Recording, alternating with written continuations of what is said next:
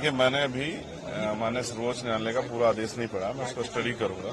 और मेरे आज भी याद है कि मैं लगातार लाइब्रेरी जाता हूं, कॉन्स्टिट्यूशनल असेंबली की जो डिबेट्स हैं, जब ये रिजर्वेशन पैटर्न आया उसको स्टडी करने के लिए आज भी मुझे उस पर जाना पड़ेगा। बहुत इंपॉर्टेंट है, क्योंकि डॉक्टर बाबा साहब अम्बेडकर के जो है बहुत सारे जो हैं बातें चर्चा उन्होंने जो है उनके कोर्ट्स को उसमें यूज किया है। लेकिन बड़ी बात यह है कि एक पॉलिसी हमने अंग्रेजों के समय से सुनी थी, डिवाइड एंड रूल।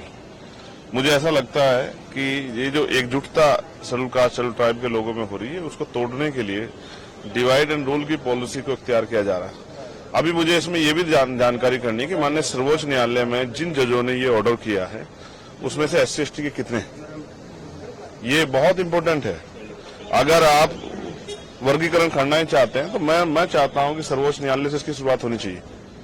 भाई, वहां तो लंबे समय से कुछ ही परिवारों को कब्जा किया, और चलो SC/ST OBC को तो आप घुसने नहीं दे रहे हो, लेकिन क्या सामान्य जाति के और लोगों में अवसर नहीं है, तो उनको भी आप मौका नहीं दे रहे हो। तो अगर आपको करनी है किसी वर्गीकरण की शुरुआत तो शायद वहीं से की जाए, सर्वोच्च संस्था। नीचे से क्या करना चाहते हो?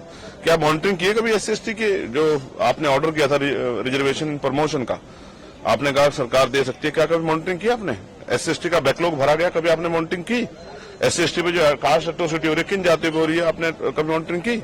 क्या आपको जानकारी है कि क्या आंकड़े हैं SC/ST को जो रिजर्वेशन मिल रहा है नहीं मिल रहा है, उनकी आर्थिक स्थिति के क्या आंकड़े आपके पास? बंद कमरे में बैठ के कुछ भी फैसला ले लिया जाएगा। और मुझे फिर कॉन्स्टिट्यूशन के साथ खड़ा होना पड़ेगा। आर्टिकल 341 क्या कहता है? क्या ये आर्टिकल 341 का वायलेशन नहीं है? आपने इकोनॉमिक वीकर सेक्शन के आधार पर EWS के फैसले को जो है मान्यता दी थी, क्या वो एंटी कॉन्स्टिट्यूशनल नहीं था? तो बहुत सब चीजें। और फिर एक और जस्टिस हैं बेला द्विवेदी जी, उनके फैसले को भी उन्होंने असहमति जाहिर की, उसको भी स्टडी करना पड़ेगा।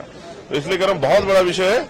अगर कोई हमें बांटने का प्रयास करेगा किसी गलत मंशा से, अगर वास्तविकता में नीचे जो लोग हैं उनको उठाना चाहते हो, तो जो जितना NFS करके संविदा, लेटरल एंट्री और तमाम तरह की ठेकेदारी करके जो SC/ST की नौकरियों खाया जा रहा है, उस पर क्यों नहीं आप स्टैंड लेते?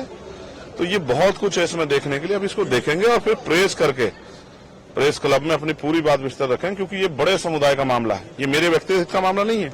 ये एक बड़े समाज का, जो आजादी के 75 साल बाद भी, जिसको हम अमृतकाल कह रहे हैं, सरकार अमृतकाल कह रही है, और जिसको कह रहे हैं विकसित भारत, उसकी 5वीं देश की, दुनिया की 5वीं अर्थव्यवस्था की जहां बात हो रही है, वहां SC/ST कहां खड़ा है? क्या कास्ट एट्रोसिटी खत्म होगी?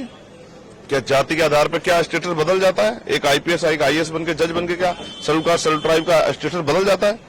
तो इन फैसलों के पीछे अगर कोई गलत मंशा नहीं है और वास्तविकता में इनको ऊपर उठाने का, तो इसको पहले स्टडी करना पड़ेगा। और फिर, क्योंकि हम कोर्ट में नहीं थे, मैं ये भी देखूंगा कि इसको अपोज करने वाले, इस फैसले में SC/ST का पक्ष रखने वाले कितने वकील थे और वो कौन सी जातियों के थे, और SC/ST के विरोध में खड़े होने वाले कौन से वकील थे, वो किन जातियों के थे, कि सबके चेहरे भी उजागर होने चाहिए कि कौन हमें बांटना चाहता है, वो कौन सी पार्टी जुड़े हुए लोग हैं। सब चीजों पे हम लोग जो है बिंदुवार इसकी जानकारी हासिल करेंगे और फिर प्रेस क्लब में मीडिया को बुला के अपनी बात को रखें, क्योंकि बहुत बड़े समुदाय का फैसला है, मिनटों में नहीं हो सकता।